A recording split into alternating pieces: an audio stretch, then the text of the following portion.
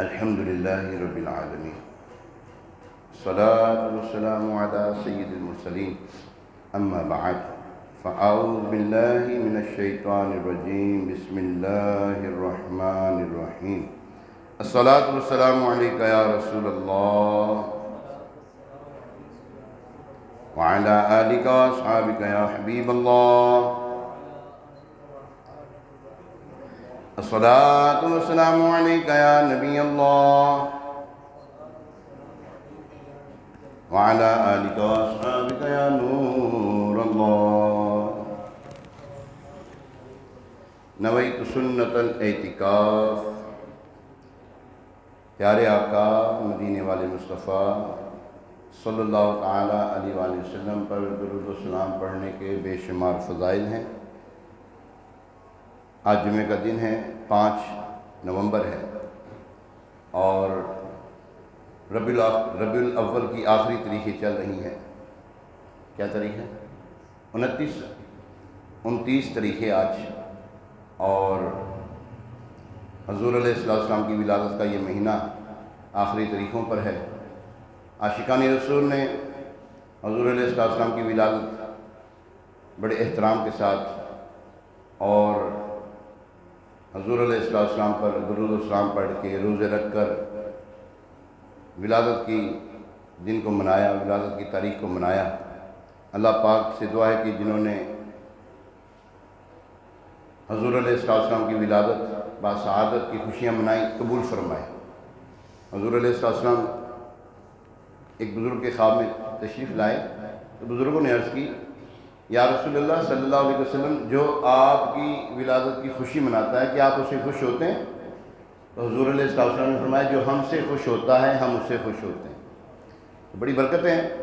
اگلا مہینہ ہے ربیع الثانی، ربیع الآخر، ماہ فاخر، ماہ عبد القادر۔ انشاءاللہ بڑی 11ویں شریف بھی منائیں گے انشاءاللہ۔ ہر مہینے منانی چاہیے 11ویں شریف، ہر مہینے، سال میں بڑی 11ویں شریف، بڑی برکتیں ہیں۔ آئیے درود پاک کی فضیلت سنتے ہیں۔ حضرت سیدنا سفیان بن عیینہ رضی اللہ تعالیٰ عنہ فرماتے ہیں، میرا ایک اسلامی بھائی فوت ہو گیا۔ مرنے کے بعد اسے خواب میں دیکھ کر پوچھا، ما فعل اللہ بکا، یعنی اللہ پاک نے آپ کے ساتھ کیا معاملہ فرمایا؟ جواب دیا، اللہ پاک نے مجھے بخش دیا۔ پوچھا کس عمل کے سبب؟ کہنے لگا، میں حدیث لکھتا تھا، جب بھی شاہ خیر الانام صلی اللہ علیہ وسلم کا نام نامی اس میں گرامی آتا تو میں بانیت ثواب صلی اللہ علیہ وسلم لکھتا، اسی عمل کی برکت سے میری مغفرت ہو گئی۔ یہ ہے القول بدی، حضرت علامہ سخاوی، بہت بڑے محدث ہیں، ان کی کتاب ہے القول بدی۔ اس میں صفحہ نمبر 463 پہ یہ واقعہ لکھا ہے۔ اللہ پاک سے دعا ہے کہ اللہ تبارک تعالی ہمیں بکثرت کے ساتھ درود و سلام پڑھنے کے ساتھ ساتھ لکھنے کی بھی توفیق عطا فرمائے۔ اکثر لوگ نہیں کہوں گا، کچھ لوگ ایسے ہیں کہ جب حضور علیہ السلام کا نام آتا ہے نا تو سواد ڈال دیتے ہیں۔ سواد نہیں لکھنا چاہیے، حرام ہے۔ سلام، سواد لام عین میم، سلام لکھ دیتے ہیں، ہاتھ ٹوٹ جاتے ہیں ایسوں کے، پوری تحریریں لکھ دیتے ہیں، صلی اللہ علیہ وسلم نے لکھنے موت پہن ہے۔ لہٰذا اللہ کریم ہمیں پورا درود پاک لکھنے کی توفیق عطا فرمائے اور اس کی ترغیب بھی دلانے کی توفیق عطا فرمائے کہ بھائی ایسا نہیں کرنا، اگر کوئی ایسا کر رہا ہے اس کو روکیں، ٹھیک ہے؟ اللہ پاک عمل کی توفیق عطا فرمائے۔ آئیے ایک مرتبہ سورہ برکت کے لیے، باعث رحمت کے لیے، حضور علیہ السلام کی ساری امت کے صالح ثواب، ہمارے سونی بھائی کے والدین، ہمارے عمران بھائی کی والدہ محترمہ، اور جتنے بھی یہاں پہ ہمارے اسلام بھائی موجود ہیں، ان کے جو والد صاحب دنیا سے رخصت ہو گئے ہیں، والدین دنیا سے رخصت ہو گئے ہیں، ان کے صالح ثواب کے لیے درود پاک پڑھ لیتے ہیں۔ پڑھ لیں درود پاک۔ الصلاۃ والسلام علیک یا رسول اللہ، کتنے کھوئے وعلی آلک واصحابک یا حبیب اللہ، الصلاۃ والسلام علیک یا نبی اللہ وعلی آلک واصحابک یا نور اللہ۔ فرنٹ سیٹ ہے، فرنٹ سیٹ، چوکس ہو کے بیٹھنا پڑتا ہے فرنٹ سیٹ میں ہے۔ پہلی سب کی ویسی بڑی فضیلت ہے۔ فرنٹ سیٹ جو ہوتا ہے نا، اس کے اوپر بھی ہے نا، کوئی سو رہا ہوتا ہے وہ کہنا، اوے اٹھ سے نوی نیندر آئی نہیں۔ فرنٹ سیٹ پہ چوکس ہو کے بیٹھنا چاہیے۔ اللہ پاک ہمیں جب بھی، نہیں تسی پیچھے ہو گئے، فرنٹ سیٹ سے پیچھے ہو گئے، اچھا، اللہ پاک ہمیں حضور علیہ السلام کی سنتوں پر عمل پیرا ہونے کی، درود پاک پڑھنے کی، مسجد میں وقت سے پہلے آنے کی توفیق عطا فرمائے، تاکہ ہم اچھی طریقے سے وضو کر کے پہلے آ کے بیٹھ جائیں۔ خطیب کے آنے سے پہلے بیٹھ جائیں گے، بڑے اجر و ثواب کا کام ہے۔ آپ کو ایک نسخہ بتاؤں، آپ کہتے ہیں میرا کوئی کام حل نہیں ہو رہا، کوئی رکے ہوئے کوئی کام نا حل کرنا چاہتے ہیں، جائز کام آپ کے حل ہو جائیں چاہتے ہیں آپ نے کام کرنا ہے۔ خطیب کے آنے سے پہلے جمعے والے دن، خطیب کے آنے سے پہلے جمعے والے دن نکڑے لگ جاؤ، او نکڑے لگ جاؤ، ایسے بہ جاؤ، 100 مرتبہ 200 مرتبہ آپ نے پڑھنا یا اللہ، کیا پڑھنا ہے؟ یا اللہ یا اللہ یا اللہ یا اللہ۔ جو کام نہیں ہوتے وہ حل ہو جائیں گے، کر کے دیکھ لیں، نہ ہو تو دوبارہ کر لیں۔ صلو علی الحبیب صلی اللہ تعالی علی محمد وعلی آلہ و اصحابہ وبارک وسلم۔ غیر محرم کے ساتھ منہ بولے بھائی بہن کا رشتہ بہت جلدی قائم ہو جاتا ہے۔ منہ بولے بہنیں نا بڑی جلدی بن جاتی ہیں، بھائی بھی جلدی بن جاتے ہیں۔ اے کون ہے جی؟ میری بہن ہے۔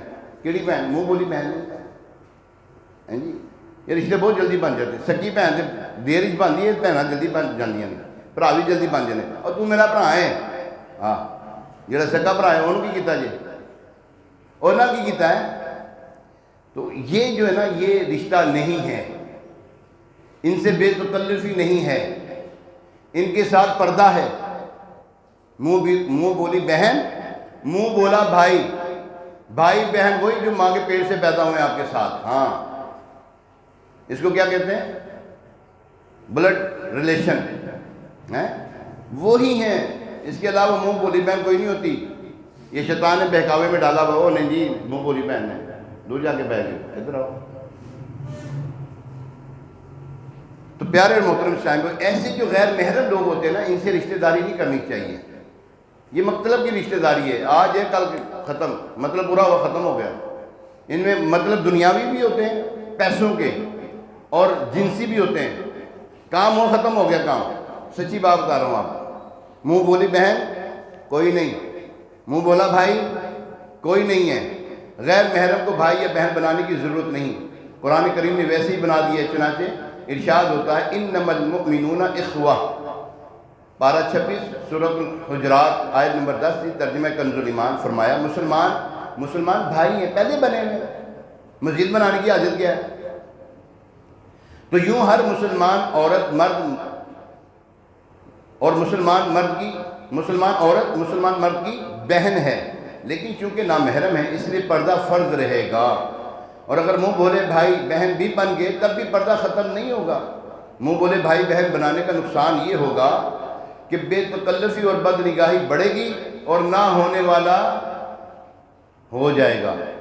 عورت کے لیے قرآن کریم میں یہ حکم ہے کہ وہ غیر مرد سے ایسے نرم اور لوچدار گفتگو نہ کرے جس سے دل کا روگی اور گندہ ذہن والا للچائے۔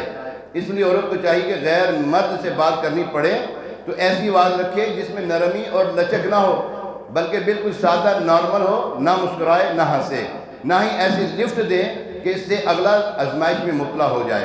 لہٰذا ایسا انداز نہ ہو کہ سامنے والے کو غصہ آ جائے، جھگڑا کرے۔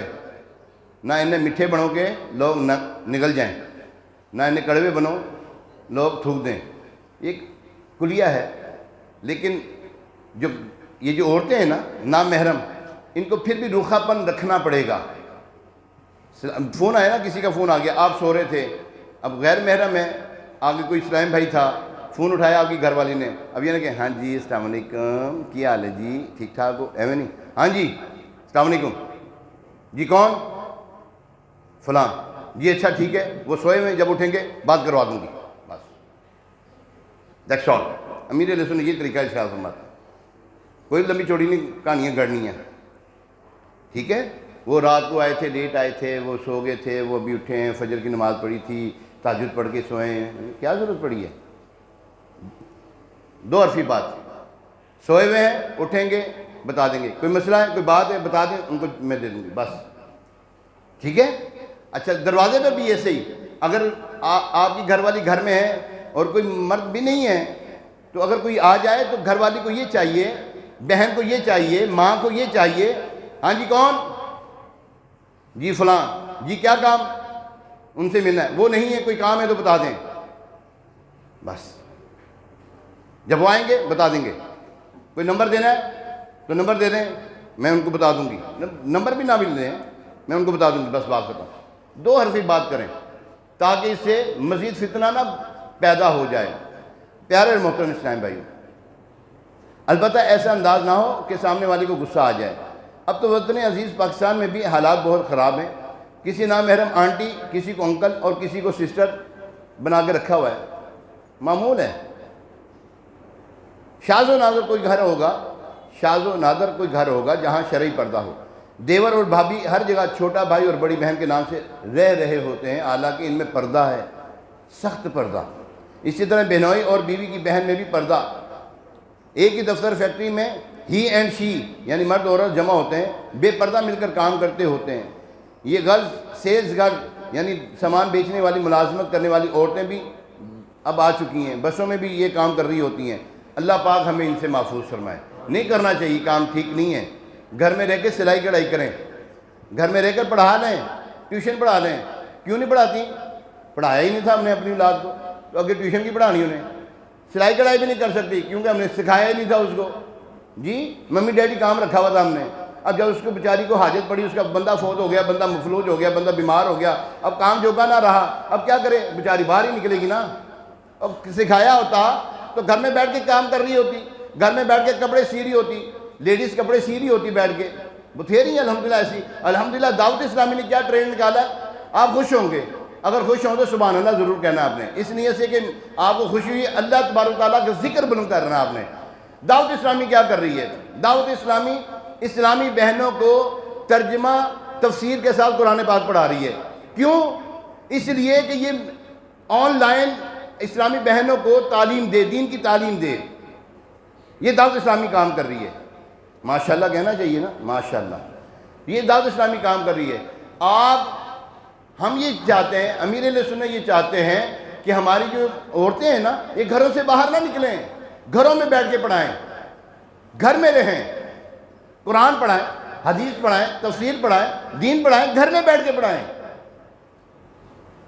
ٹیوشن ہوتے ہیں، ٹیوشن سینٹرز ہوتے ہیں بنے ہوئے، گھروں میں ٹیوشن سینٹر بنے ہوئے ہوتے ہیں، ٹھیک ہے، آرام سے سکون سے پردے میں بیٹھ کے اپنی جو بیٹی ہے، بہن ہے، ماں ہے، بہو بیٹیاں جو ہیں وہ گھر میں بیٹھ کے پڑھائیں۔ کیا ضرورت پڑی ہے اول فول کام کرنے کی؟ اسلامی بہنیں مدنی کاموں کی خاطر باہر نہیں نکلتی، گھر میں بیٹھ کے پڑھاتی ہیں۔ دعوت اسلامی یہ چاہ رہی ہے۔ ہاں یہ کرنا چاہیے پیار اور محترم اسلامی، ہم اپنی اسلامی بہنوں کو دین کی تعلیم دیں۔ دعوت اسلامی کے مدارس ہیں اسلامی بہنوں کے، جامعات المدینہ ہیں اسلامی بہنوں کے، گرلز اینڈ بوائز جہاں پہ درس نظامی سکھایا جاتا ہے۔ آپ ان کے ساتھ رابطہ کریں دعوت اسلامی والوں کے ساتھ، بڑی سہولتیں ہیں۔ آپ یقین جانیے، آپ گھر میں بیٹھ کے اپنی بہو بیٹی کو پڑھائیں گے، وہ پڑھیں گی، آئندہ پڑھانے والی بن جائیں گی۔ اللہ پاک ہمیں ان باتوں پر عمل پیرا ہونے کی توفیق عطا فرمائے۔ ولی اللہ کون ہے؟ ولی اللہ، میرا موضوع تھا ولی اللہ۔ یہ چونکہ نیا رسالہ میرے سنت کا ہر ہفتے آتا ہے، اس کے پڑھنے کا حکم ہے، کچھ پڑھا یہاں پر، کچھ اپنی مسجد میں پڑھائیں گے انشاءاللہ۔ یہ ہے امیر اہل سنت سے عورتوں کے بارے میں سوال جواب، ٹھیک ہے، اس کو لینا چاہیے، آپ لیں۔ دعوت اسلامی کا مکتبۃ المدینہ ہے، یہ دادا دربار کے پاس، وہاں سے آپ اس کو خریدیں، میرے خیال 10-15 روپے کا یہ رسالہ ہے، تو اس کو لیں انشاءاللہ، گھر میں اپنی عورتوں کو دیں پڑھنے کے لیے، بڑا فائدہ ہوگا آپ کو۔ اولیاء اللہ کون ہیں؟ اولیاء کرام، یاد رکھیے، جس طرح ایک حکومت میں مختلف قسم کے شعبے ہوتے ہیں نا، شعبے، اچھا شعبے ہوتے ہیں، وردی ہوتی ہے۔ ایک حکومت میں جیسے فوج ہے، فوج لے لیتے ہیں، ایک فوج ہے زمینی، ایک فوج ہے پانی والی، ایک فوج ہے آسمانی، وہ جو ہوا میں، وہ فضائی فوج کہتے ہیں نا اس کو، بری بحری اور بری بحری اور فضائی، ٹھیک ہے، یہ تین ہیں۔ ہے فوج، نام کیا ان کا؟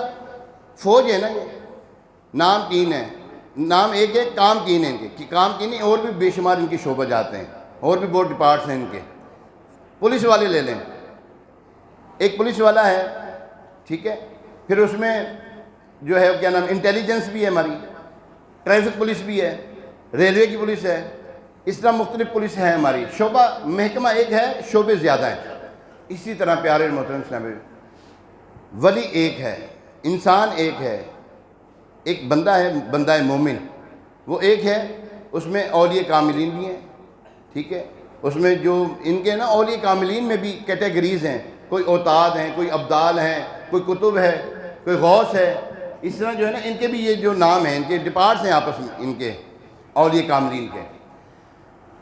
اللہ تبارک تعالیٰ نے اپنے اولیاء کرام کو اپنے بندوں میں پوشیدہ رکھا ہے۔ کہاں پوشیدہ رکھا ہے؟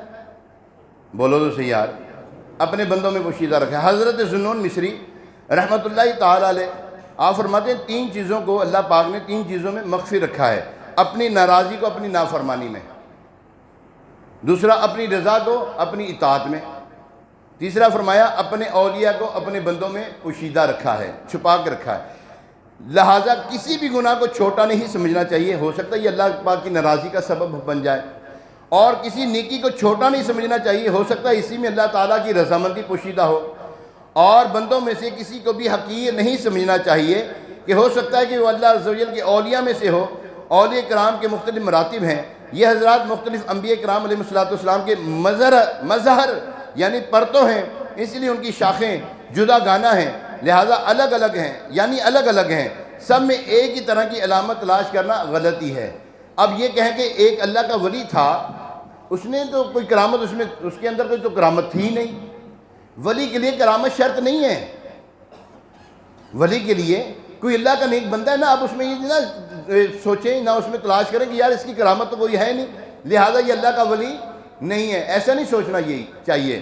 اللہ کا ولی ہو اس کے لیے کرامت شرط نہیں ہے، اللہ کے ولی کے لیے بولیں تو اسی طرح کرامت شرط نہیں، لازمی نہیں کہ وہ ہوا میں اڑے تو اللہ کا ولی ہوگا، لازمی نہیں کہ وہ پانی پہ چلے تو اللہ کا ولی ہوگا، لازمی نہیں کہ کوئی آگ کھاتا ہو تو اللہ کا ولی ہوگا، کوئی شوبدہ بازی دکھائے گا تو ہی ولی ہوگا وغیرہ نہیں ہوگا، نہیں۔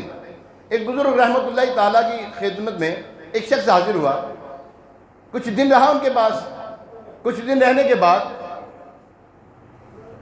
وہ جو ہے تسی ادھر آؤ جگہ ہے ادھر آؤ،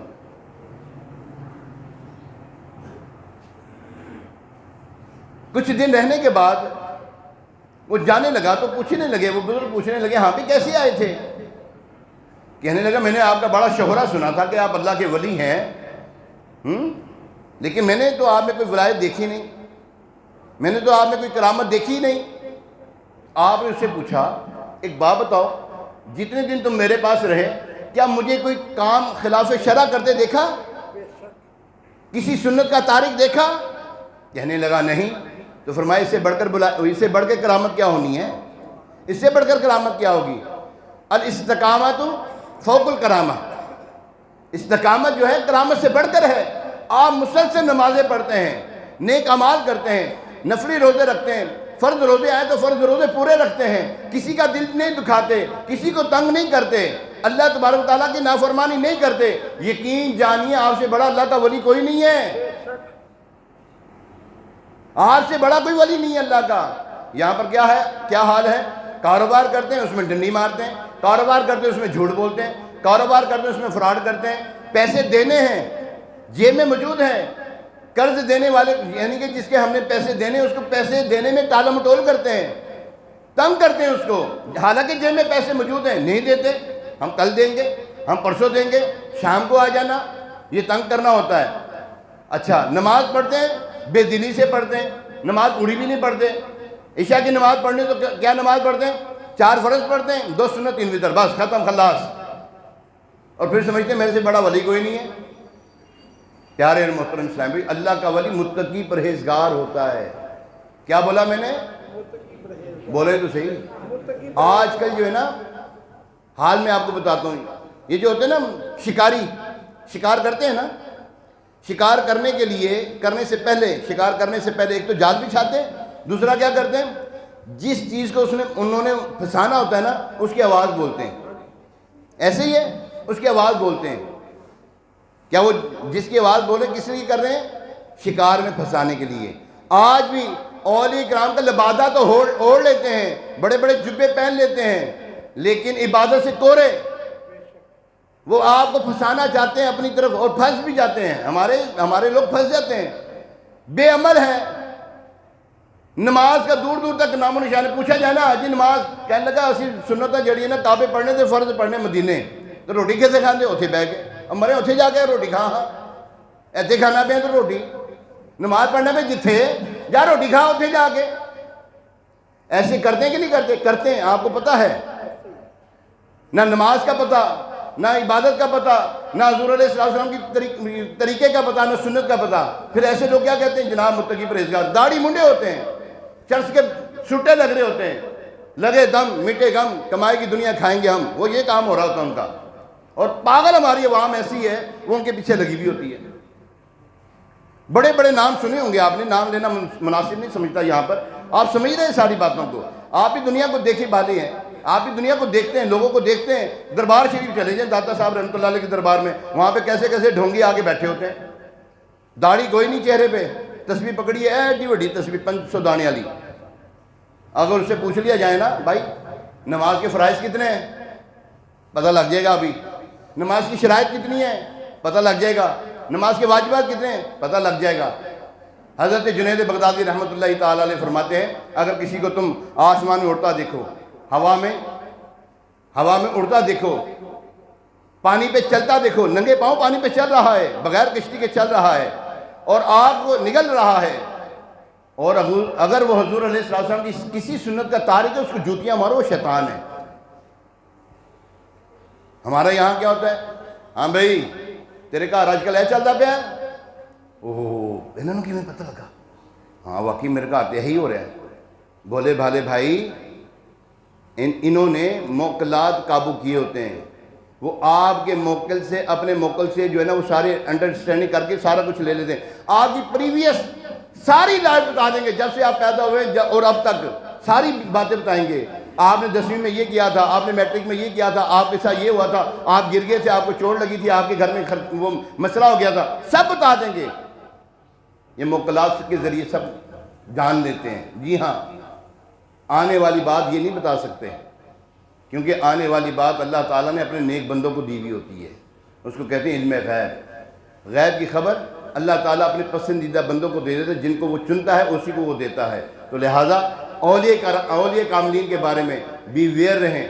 نیک متقی پرہیزگار ہیں, ان کے بارے میں زبان درازی نہیں کرنی, نہیں تو اللہ تعالیٰ نے اعلان جنگ کیا ہوا ہے. دوسری بات, اولیاء کرام وہ ہیں جو متقی پرہیزگار ہیں, نماز پڑھنے والے ہیں. یہ اولیاء کرام ہیں. ان کے علاوہ کسی کو آپ نے اللہ کا ولی ماننا نہیں ہے. یاد رکھیے, داڑھی منڈا اللہ کا ولی نہیں ہو سکتا. حضور علیہ السلام کا طارق اللہ کا ولی نہیں ہو سکتا. سنتوں کو ترک کرنے والا, نماز کو ضائع کرنے والا اللہ کا ولی نہیں ہو سکتا. الحمدللہ دعوت اسلامی کا پیارا پیارا مہکا مدنی ماحول اسی قسم کی مزید سوچ دلاتا ہے. آپ بھی دعوت اسلامی کے مدنی ماحول سے وابستہ رہیں, دینی ماحول سے وابستہ رہیں. اس کے زیر تمام جہاں کہیں بھی درس و بیانات اجتماعات ہوتے ہیں, ضرور شرکت فرمائیں. آپ کو پہچان نصیب ہوگی اولیاء کرام کی, ضرور پہچان نصیب ہوگی. دعوت اسلامی کے ساتھ وابستہ ہو جائیں. مدنی چینل دیکھا کریں. کل ہفتہ ہے, ہفتے کو عشاء کی نماز کے بعد تقریباً 9:30 بجے امیر علیہ سنت مدنی مذاکرہ فرماتے ہیں. اس میں بڑی پیاری پیاری باتیں سیکھی اور سکھائی جاتی ہیں. ضرور دیکھا کریں مدنی چینل, اور ہفتے والے دن مدنی مذاکرہ ضرور دیکھا کریں. اللہ پاک عمل کی توفیق عطا فرمائے. ابھی اذان ہوگی, اذان کے بعد سنتیں ادا کی جائیں گی. آپ اذان دو.